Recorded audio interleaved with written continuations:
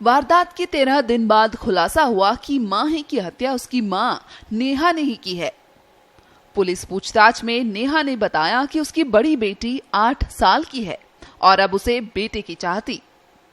कई हवन और पूजा पाठ करवाए, लेकिन फिर से बेटी होने से वह मानसिक तौर पर परेशान थी, जिसके चलते वह माही से नफरत करने लगी थी।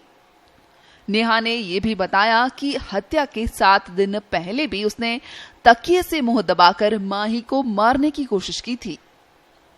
नेहा गोयल ने पुलिस को बताया कि 26 अगस्त की दोपहर उसने घर के सारे सीसीटीवी कैमरे बंद कर दिए थे। उसके बाद माही के गले पर चाकू से 3 वार किए। चाकू पर लगे खून को नेहा ने बच्ची के गले से ही साफ किया, जिससे मासूम की गर्दन पर 13 और छोटे छोटे घाव हो गए। इसके बाद नेहा ने बेटी का शव खराब पड़े एसी में छिपा दिया और बेडरूम में आकर सो गई।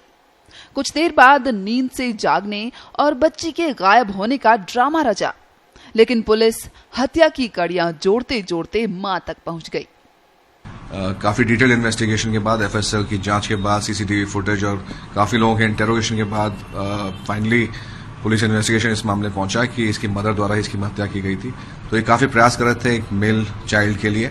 इनके 8 साल की पहले एक डॉटर थी और ये प्रयास कर रहे थे। इन्होंने सरोगेसी की भी कोशिश की, IVF भी करवाया, IUI भी करवाया, लेकिन इनको मेल बेबी नहीं हुआ था और लगातार ये प्रयासरत थे। और इन्वेस्टिगेशन में आया कि एक मेन कारण ये था कि इनको बेटी हुई थी और ये तब से काफी परेशान थी इस बात को लेकर के, और ये इनका मेन मकसद था।